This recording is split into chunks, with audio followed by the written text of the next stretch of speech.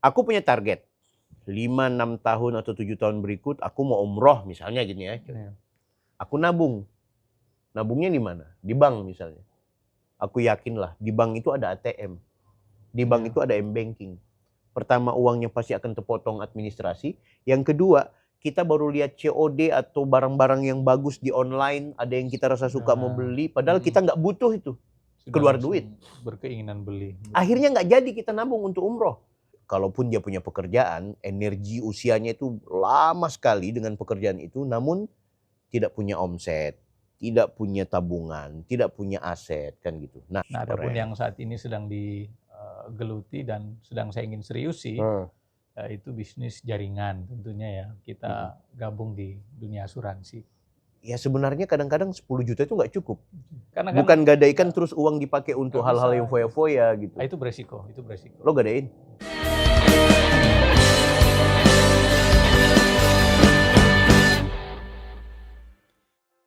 Ya guys, kembali bersama saya Bang Bill Offside. Kali ini dengan Matt Bill. Untuk episode yang kesekian kalinya. Kita biasa bahas soal isu-isu kontemporer dan bicara soal fenomena sosial. Kali ini aku berdua Mehmet akan bahas soal hal-hal yang berkaitan dengan bagaimana kita membaca fenomena masa kini yang berkaitan dengan kita punya agenda untuk mendapatkan pundi-pundi keuangan. Oke? Kita bisa tahu saat ini banyak sekali anak-anak muda kita atau mereka yang sekarang ibaratnya apa ya? Seperti menghabiskan masa mudanya, namun sesungguhnya masih gagal dalam memiliki aset. Oke? Kurang lebih beberapa saat ke depan, Mehmet kembali akan menemani. Sehat? Sehat, alhamdulillah. Oke. Diingatkan lagi, Mehmet ini PNS. Ente dinas di mana? Di Pengadilan Agama. Pengadilan Agama. Oke. Pengadilan Agama ini bagian apa ya? Di Kepala Kepegawaian. Ya, maksudnya Pengadilan Agama ini mengadili apa? Oh, perkara-perkara perdata. Perkara perdata? Sengketa pernikahan. Oh, ya. Jadi orang berencana cerai, mediasi, harta gono gini. Ya, betul. Semua ada di Pengadilan Agama. Ada di Pengadilan Agama, kewarisan, hak asuh anak, kemudian juga permohonan isbat nikah. Isbat nikah itu apa? Penetapan pernikahan yang sebelumnya sudah dilakukan secara agama namun belum tercatat oleh negara. Oh, gitu. Memang banyak ya pasangan suami istri belum pernah menikah secara administratif, tapi sudah menikah secara syar'i, namun tidak memiliki kekuatan hukum yang tetap dalam konteks negara, begitu? Ya, memang betul karena kalau mau ditarik dari historisnya kan, Undang-Undang Pencatatan Pernikahan kan tahun 74 ya. Artinya bagaimana dengan orang-orang tua kita yang menikah periode sebelum itu kan belum ada pencatatannya. Betul. Ada yang sudah kemudian dihimpun dan melakukan isbat, ada yang juga belum. Ada juga orang yang tidak dapat melakukan pencatatan oleh karena faktor jauh jarak atau merasa tidak mampu untuk membayar segala macam, banyak faktor. Yang jelas untuk urusan semua itu nanti di podcast bersama Pengadilan Agama Tutuyan. Ada kan websitenya? Apa YouTube-nya apa? Apa nama YouTube-nya itu? YouTube-nya Pengadilan Agama Tutuyan. Pengadilan Agama Tutuyan. Cuman untuk segmen podcastnya tentu kita belum memulainya ya. Oh, belum memulai. Mohon doanya. Tapi aku dapat informasi ente sekarang mulai bikin podcast ya. Nama podcastnya Meet with Matt. Wah. Meet MEET with dengan MET. Ya. Oke. Ini sama dengan kasus yang abnormal sama abnormal. Oke. Sama-sama dibaca Meet. Iya. Oke, friend, kali ini aku karena temanya kita mau bicara soal sebenarnya isu-isu ekonomi sih, isu-isu bisnis, isu-isu bagaimana fenomena sosial juga sih, tapi yang berkaitan dengan banyak orang yang justru mengalami kemandegan dalam mencari pundi-pundi keuangan. Apalagi kalaupun dia punya pekerjaan, energi usianya itu lama sekali dengan pekerjaan itu, namun tidak punya omset, tidak punya tabungan, tidak punya aset, kan gitu. Nah, menariknya Mehmet biar ente PNS tapi juga berbisnis. Boleh kasih informasi bisnis-bisnis apa yang ente geluti sekarang? Saya punya beragam ya, tidak hanya satu hal, tapi yang paling saya geluti untuk saat ini kan saya ada mengembangkan dua ya, bisnis di mana yang ada saya satu kelola secara langsung dan ada yang tidak langsung. Kalau yang secara tidak langsung itu saya arahkan kepada istri untuk dilakukan dagang lah ya kita. Itu biasa lah. Apa tuh? Dagang apa itu? Kita jual-jual es teh. Jual es teh. Ada juga dessert, kue-kue. Oke. Itu semua alhamdulillah sudah dikelola secara mandiri, istri yang kelola. Nah, adapun yang saat ini sedang digeluti dan sedang saya ingin serius sih, itu bisnis jaringan tentunya ya. Kita gabung di dunia asuransi. Dan ini menarik. Saya kenal sama yang ngajak saya, jadi saya perlu ungkapkan. Oke, aku ngajak Mehmet itu di bisnis network marketing karena memang aku punya pikiran begini, Met. Aku udah pernah ya menjadi pejabat, itu pernah, punya jabatan-jabatan tertentu tuh pernah menjadi pekerja, pernah menjadi pegawai, pernah ngedosen juga iya, Kepsek juga ya, kepala sekolah juga iya. Tapi jujur, aku pernah beli rumah, pernah beli mobil, pernah bikin bangunan kos. Bahkan dulu aku ikut membantu pembangunan biaya sekolah, dari pembangunan sampai dengan administrasinya, mobil, kendaraan. Jujur, itu bukan karena aku dapat dari hasil tugasku sebagai pejabat, sebagai tenaga pengajar, ya, kepala sekolah, bukan sebagai pegawai dan pejabat itu, karena aku udah hitung. Katakanlah kalau aku punya gaji itu 10-15 juta setiap bulan. Kalau udah kita mau hitung-hitung, misalnya setiap hari aku harus keluarin duit, bukan setiap hari, setiap bulan itu untuk biaya operasional, hidup dan lain-lain sebagainya, itu paling 3-5 juta, bahkan kadang-kadang sampai 10 juta. Belum tagihan-tagihan, belum urusan-urusan bantuan-bantuan sosial. Ya sebenarnya kadang-kadang 10 juta itu nggak cukup. 5-10 juta kadang-kadang tidak cukup, tapi ini semua tergantung pola hidup ya kan gitu. Ya. Jadi aku mikir kalau aku bertahan dengan gaji angka 5-10 juta, 5-10 tahun pekerjaanku begitu terus, aku yakin aku susah dapat. Pertama, tabungan, itu pasti aku nggak ada. Yang kedua, aku nggak bisa beli asuransi, karena asuransi itu kebutuhan sekarang. Ya kan, asuransi jiwa terutama gitu. Yang ketiga, aku pasti susah untuk kemudian mewariskan harta ke baik keluarga, terutama anak-anak, kalau kemudian cuma berharap uang yang standar itu. Nah, makanya aku mikir aku kayaknya harus cari bisnis, di mana bisnis ini oke, katakanlah awalnya kita cuma dapat 100.000, 200.000, keuntungannya 300.000.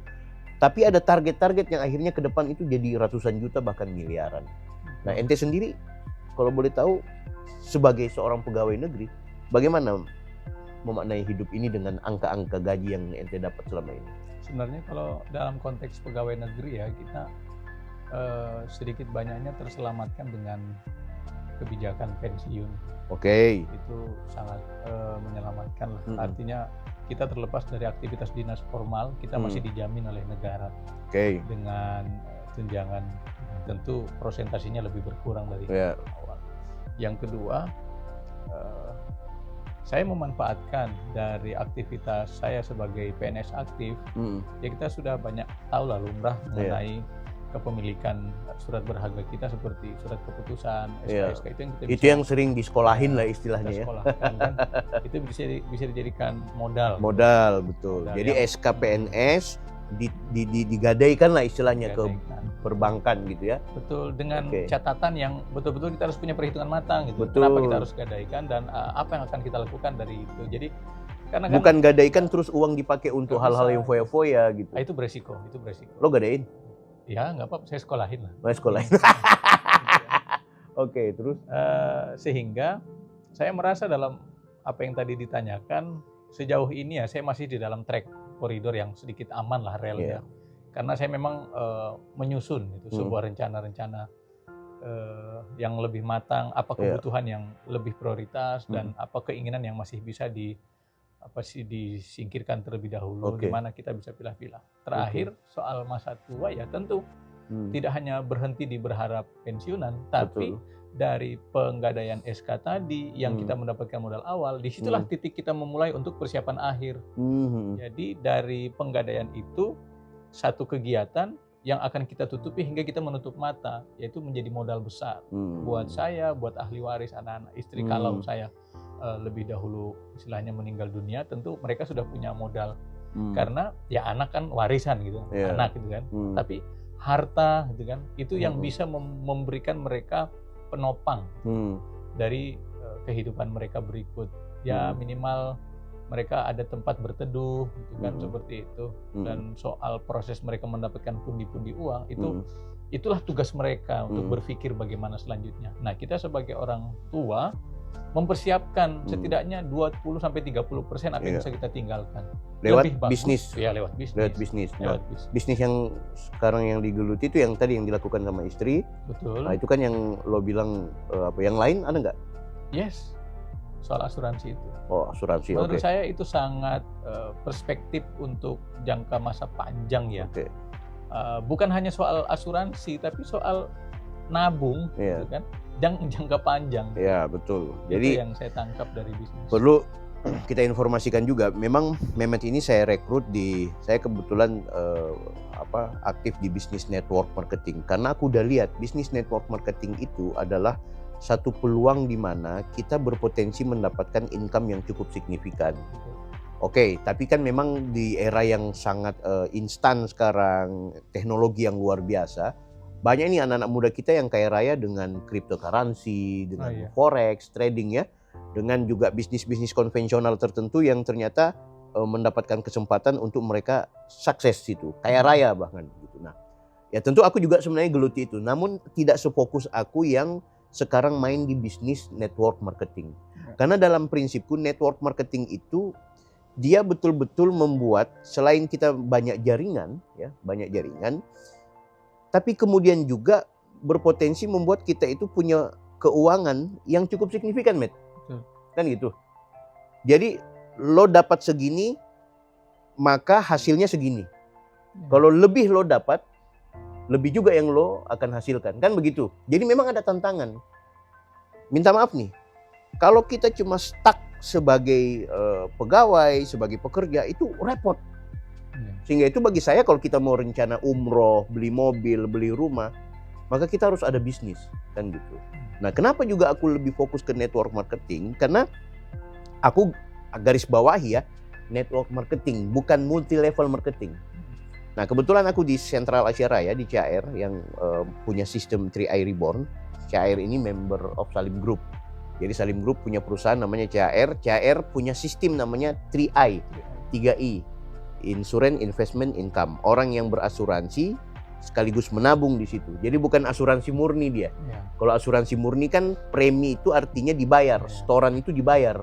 Meninggal dan tidak meninggal, resiko dan tidak ada resiko, tetap uang itu sudah menjadi hak perusahaan. Itu asuransi murni. Makanya premi itu artinya beli asuransi. Tapi kalau di 3i Network dengan sistem yang coba dikembangkan oleh CAR ini, polanya kita itu membayar premi tapi memiliki nilai investasi. Jadi preminya dibayar juga tapi memiliki nilai tabungan. Kan gitu.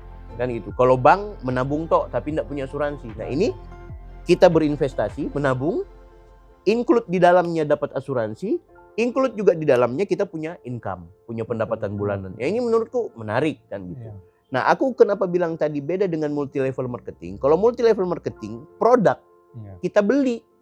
Jadi kita keluar uang beli produk. Nah, syarat untuk mendapatkan bonus maksimal salah satu caranya adalah harus menjual produk. Ente udah beli nih produknya sama stokis, sama agen-agen. Nah, supaya lo untung, produknya dijual. Ya syukur-syukur kalau bisa laku.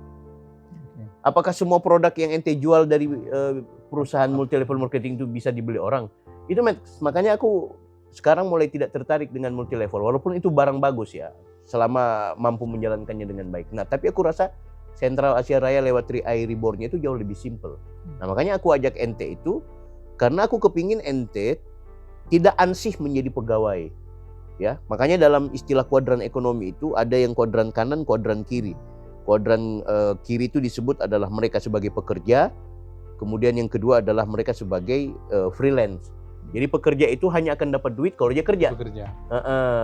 Kalau dia nggak kerja, ya dia nggak dapat duit. Demikian juga freelance. dia ini nggak punya pekerjaan, tapi Betul. hanya akan dapat duit kalau dapat proyek gitu, ada pekerjaan gitu. Betul. Biasa freelance kan begitu.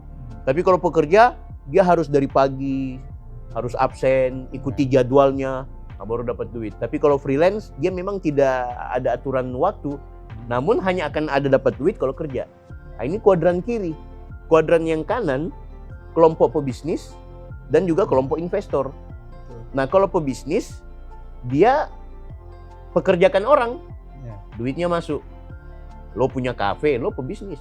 Lo punya mobil-mobil yang lo sewain, lo pebisnis. Tapi ingat, pebisnis yang seperti itu juga kadang-kadang beresiko, ya kan? Nah, yang paling enak itu adalah investor. Investor itu tidur-tidur, diam-diam duit yang kerja. Ente ada duit, lo udah ente titip aja deposito.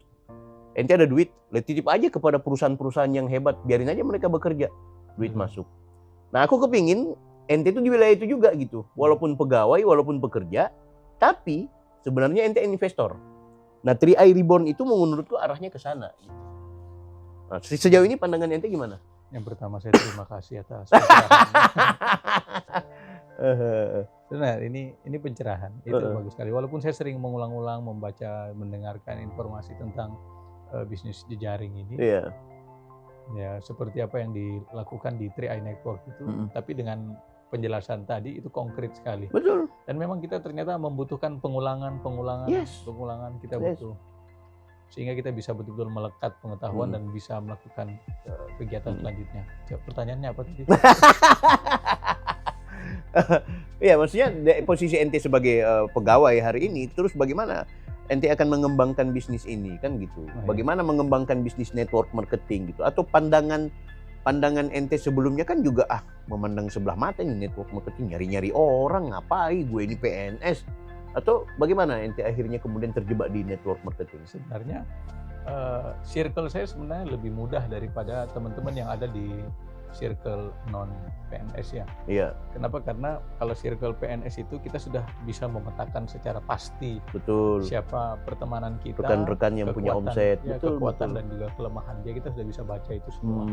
Dan ya saya juga bergabung di 3i Network tidak langsung mengambil titik yang langsung bekerja maksimal yang ada istilahnya yang 500, ada yang 350. Saya tidak mengambil yang up, saya ngambil yang kadar kemampuan dan realistis. Nah, saya membaca keuntungan saya di ruang lingkup sebagai aparatur itu sangat mudah sekali untuk merekrut orang-orang yang ada di sekitaran saya. Kenapa? Yang pertama, orang-orang yang ada di dunia kerja dinas itu, satu, wawasannya sudah baik, udah bersekolah, gitu kan, dan yang kedua sudah memiliki pendapatan sendiri. Dan sudah memiliki pengalaman-pengalaman dan saling, ya kalau saya sudah mereka udah dapat trust lah terhadap saya itu. Mereka melihat saya, oh iya memang dia punya kegiatan usaha, dia melakukan ini dan dia memiliki aset-aset ini. Nah, itu menjadi salah satu faktor yang dihitung oleh circle kita kan. Ya, mau tidak mau, ya macam kita bekerja di kantor saya. Kantor saya, pengadilan agama, itu juga ada di beberapa titik daerah yang lain. Itu juga bagian dari circle yang bisa kita manfaatkan. Tinggal lo-nya mau nggak? Yes, itu kembali ke person ya. Tapi waktu selama ini pernah nggak menjelaskan ke orang lain untuk mengajak di bisnis network marketing kepada sesama PNS begitu, terus mendapat penolakan, Betul. Jadi begini, saya juga perlu ungkapkan bahwa rata-rata teman-teman PNS itu hampir 80% dunia bisnis sudah pernah mereka dengar. Hampir 60% dunia bisnis sudah pernah mereka geluti. Dan dari yang mereka geluti itu ada keseimbangan antara pernah menikmati keuntungan dan pernah juga hilang dari kerugiannya itu sendiri. Nah, pengalaman-pengalaman itu mereka membutuhkan ada ruang waktu untuk mengembalikan lagi kemauan dan kepercayaan diri secara lagi. Psikologis misalnya kalau dia pernah gagal kan. Betul. Gitu. Tidak semudah kita ini. Jadi kadang-kadang saya kerepotan ketika masuk di timing yang tidak tepat atau memang mereka justru adalah orang-orang yang enggan ada di dunia-dunia jejaring itu. Kayak kita bisa sadar lah kalau di dunia kampus tidak semua mahasiswa itu suka berorganisasi, tidak semua suka berdinamika komunal, tidak. Ada yang memang latar belakangnya suka menyendiri segala macam. yang endingnya itu terbawa menjadi karakternya. Kalau berkegiatan-kegiatan secara komunal itu tidak diminati, sehingga akan sulit bila kita ingin merekrut, mengajak untuk bisa bersama-sama. Tapi inilah hebatnya 3i, Matt. Jadi begini, sebenarnya 3i atau Sentral Asia Raya ini perusahaannya, ini punya konsep yang sebenarnya memberikan kesempatan buat mereka yang mau membangun jaringan, sama mereka yang cuma sekedar berinvestasi, ya kan? Ingat ya, kalau kita mau bandingkan dengan bisnis konvensional nih, ente misalnya punya uang 30 juta, oke? Ente mau bikin apa itu kira-kira? Bisnis apa? Kalau yang konvensional, sebutlah warung kopi. Warung kopinya, rukonya atau tempatnya disewa. Pasti. Disewa katakanlah 500.000 sebulan. Berarti kalau dia 5 tahun, itu 30 juta. Jadi modal untuk warung kopi hanya khusus sewa tempat, itu 30 juta selama 5 tahun. Supaya 30 juta itu kembali, caranya gimana? Beli. Maksudnya bisnisnya jalan. Harus jalan. Orang datang minum kopi. Orang harus banyak yang datang. Beli makanan di kafe itu sampai akhirnya bisa menutupi modal. Kalau seandainya bisnisnya nggak jalan, 30 jutanya kembali atau enggak? Hangus, oke. Kalau di CHR beda. Lo punya modal nih 30 juta. Masukin aja di CHR. Cara memasukkannya boleh langsung 30 juta sekaligus untuk selama 5 tahun. Atau dibayar per bulan 500.000. Atau per 1 tahun 6 juta. Oke? Nah, setelah 5 tahun, untuk modalnya itu kembali, yang 30 juta itu, supaya punya bonus dan penghasilannya maksimal, jalankan bisnisnya. Nah, jalankan bisnisnya gimana? Mengajak orang lain untuk melakukan hal yang sama seperti ente, yang kita istilahkan duplikasi. Lo menabung yuk di sini. Lo ada modal 30 juta, 500.000 aja setiap bulan. Nah, kalau bisnisnya jalan, untung. Tapi kalau bisnisnya nggak jalan, ente nggak berhasil rekrut orang, tahu nggak 30 jutanya kemana? Tetap akan kembali ke ente juga kan? Karena 30 juta yang ditaruh itu sifatnya menabung, investasi. Walaupun selama 5 tahun dibiarkan menabung, tapi kontraknya nanti tahun ke-7 baru selesai. Nah, menariknya, tahun ke-7 diambil, itu bukan 30 juta, tapi 30 juta ke atas. Bisa 31 juta, bisa 32 juta. Karena dia nilainya investasi. Kan begitu, itu menarik tuh. Ya kan? Di balik yang menarik itu saya pengen saya pengen coba bertanya juga ya. Oke. 30 juta yang diletakkan tidak hilang. Tidak hilang. Kembali ke kita, bahkan berpotensi akan lebih meningkat. Di tahun ke-7 dari 5 tahun kontrak. Betul. Sebenarnya yang didapatkan oleh perusahaan 7 tahun kontrak. 7 tahun. Yang didapatkan oleh perusahaan itu keuntungan dari sisi mana yang mereka akan dapatkan? Nah, ini menarik. Perusahaan ini adalah perusahaan besar. Uang yang masuk ke perusahaan cukup signifikan. Semua lini itu menabung. Semua sisi membayar premi. Ingat, itu seperti itu ya. Orang tidak berhenti untuk melakukan investasi. Jadi jangan lihat Mehmet pribadi yang cuma menyimpan 30 juta, kemudian dibiarkan sampai dengan tahun ke-7 jadi 31 juta. Di mana keuntungannya perusahaan? Cara melihatnya harus holistik, harus kolektif.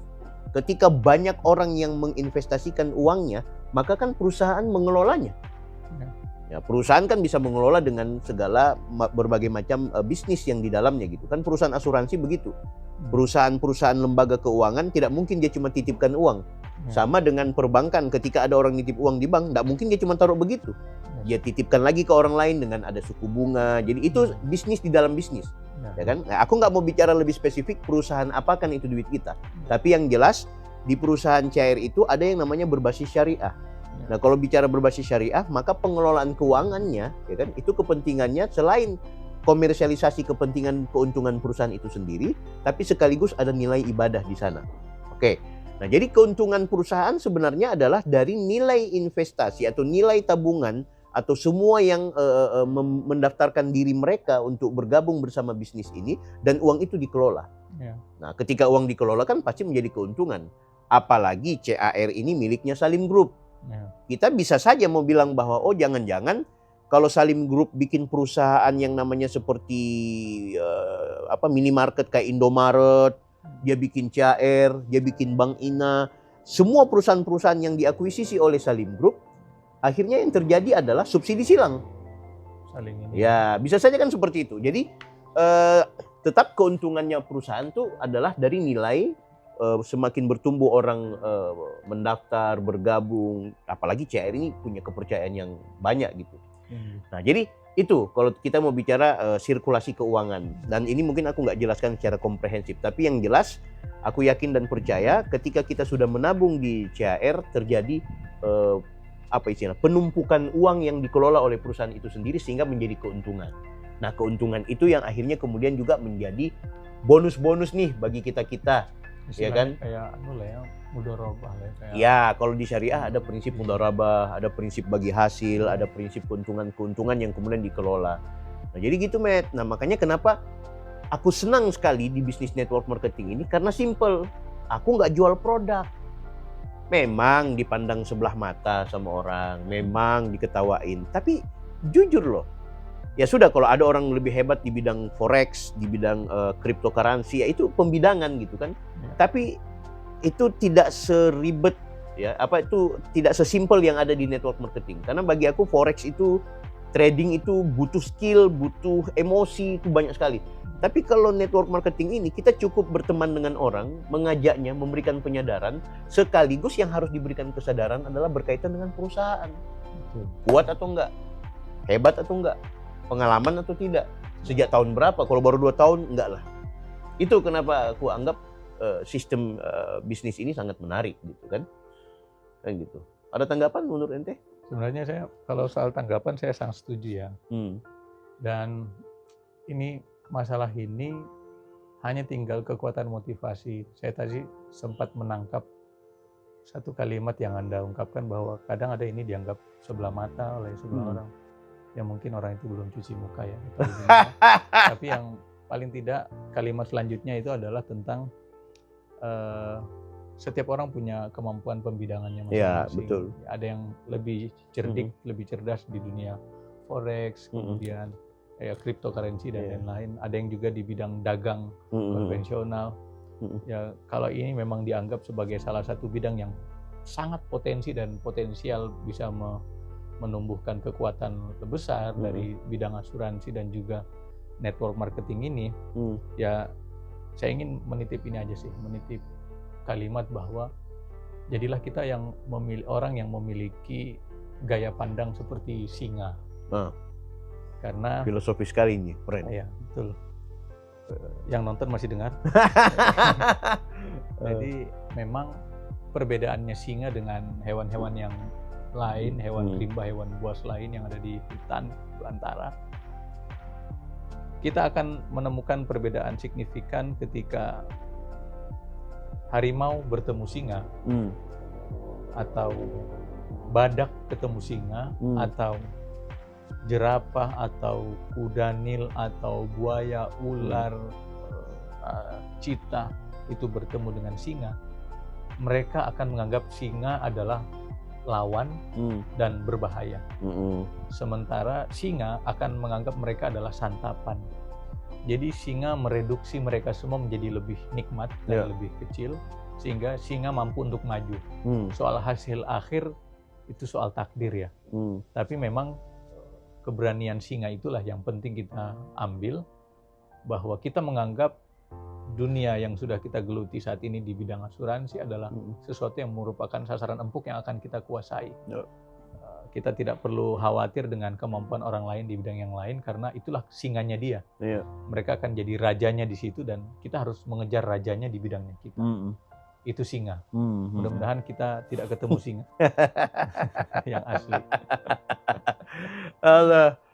Ya, jadi kalau termasuk yang ente bilang tadi soal ada orang yang dia nggak suka dengan bisnis begini. Makanya aku bilang begini, hebatnya CAR itu, ya udah, lo nggak usah jalankan bisnisnya, lo cukup menabung. Aja.